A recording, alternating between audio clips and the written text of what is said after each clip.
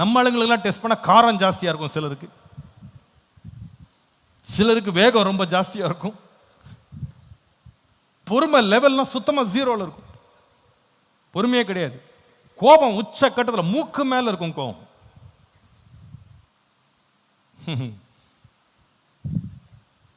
Test பண்ணுங்க, இயேசுவினுடைய level எவ்வளோ, என் லெவல் எவ்வளோ. நம்ம ரத்தத்தில் ஒரு சின்ன பிரச்சனை வந்தா எத்தனை டாக்டர்கிட்ட போய் சரி பண்றோங்க? ஐயோ சுகர் ஜாஸ்தி ஆயிடுச்சு, அதனால டாக்டரை பார்த்து மாத்திரை போடு, ஊசியை போடு, என்னென்ன முயற்சி எடுக்கிறோம். சில பேர் இதே தான் ஆராய்ச்சியாக உட்காந்துருக்காங்க. டாக்டரை பார்த்தேன் சரிப்படல, சித்தா போலான் இருக்கேன். ஒருத்தர் யுனானி போக சொன்னாங்க, ஒருத்தர் அந்த என்னது ஒருத்தர் சொல்றார், குதிங்கால நில்லுங்க பாஸ்டர்ன்றார் என்கிட்ட. குதிங்கால் அப்படி நில்லுங்க பாஸ்டர், ஒரு நாளைக்கு 10 நிமிஷம் நில்லுங்க. ஏன்னா அவர் ரிசர்ச் பண்ணாராம், ரிசர்ச் பண்ணி இதனால எவ்வளோ சுகம் உண்டாகுது. அவரை சேலஞ்ச் பண்ணல, பட் ஒருத்தருடைய சுகத்துக்காக என்னெல்லாம் ரிசர்ச் பண்றாங்க, உடம்புக்கு எவ்வளோ ரிசர்ச் பண்றாங்க. நம்ம மனசை எவ்வளோ ரிசர்ச் பண்ணியிருக்கோம் சொல்லுங்க பார்ப்போம். நம்முடைய குணத்துக்கு எவ்வளோ ரிசர்ச் பண்ணியிருக்கோம். எத்தனை யூடியூப் வீடியோங்க இன்னைக்கு, எத்தனை ஆயிரமா மாசம் செலவு பண்ணி நம்முடைய உடம்பை ஃபிட்டாக வைக்கிறதுக்கு, வியாதிகளை போக்குறதுக்கு, நம்முடைய குறைபாடுகளை நீக்கிறதுக்கு எவ்வளவு நம்ம செலவழிக்க ரெடியாக இருக்கோம். நீங்கள் யோசிக்கிறீங்களா?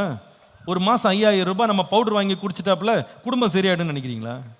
நீங்கள் பவுடர்னா குடிங்க, ஜூஸ்னா குடிங்க, நீங்கள் என்னென்ன சாப்பிடுங்க, ஃபாஸ்டிங்னா எடுங்க, நீங்கள் சீக்கிரம் சாப்பிடுங்க, பின்னால் சாப்பிடுங்க, குடும்பத்தை ஒன்றும் அது சரி பண்ணாது, உடம்பை சரி பண்ணும். ஆனால் உங்களுக்கு ரொம்ப தாழ்மையாக சொல்கிறேன், நம்முடைய குடும்ப வாழ்க்கையை சீரழிக்கிற குணங்களுக்கு நாம கவனம் செலுத்தி ஒரு மறுரூபத்திற்குள்ள போய் இயேசுவை போல நம்ம மாறாவிட்டால் நம்ம வீடுகள் பிழைக்கவே பிழைக்காது. மனுஷனை ஆணும் பெண்ணுமாய் உண்டாக்கினவர் எப்படி உண்டாக்குனார்னா, மிருகத்தை போல உண்டாக்கல. அதுக்கு முந்தின வசனம் படிச்சீங்கன்னா மிருகத்தை உண்டாக்கினார். வகை வகையா மீன், வகை வகையா மிருகம், வகை வகையா ஊரும் பிராணி, பறக்கிற பறவை எல்லாம் உண்டாக்குனாரு.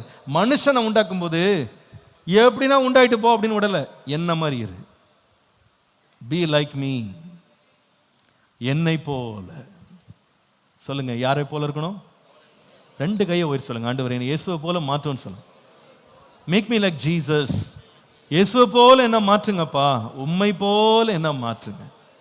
இயேசுவை போல மாறிட்டோம்னா நம்முடைய குடும்ப வாழ்க்கை ஜெயமான வாழ்க்கையா இருக்கும். ஹல்லேலூயா. சரி, first become a replica of the creator.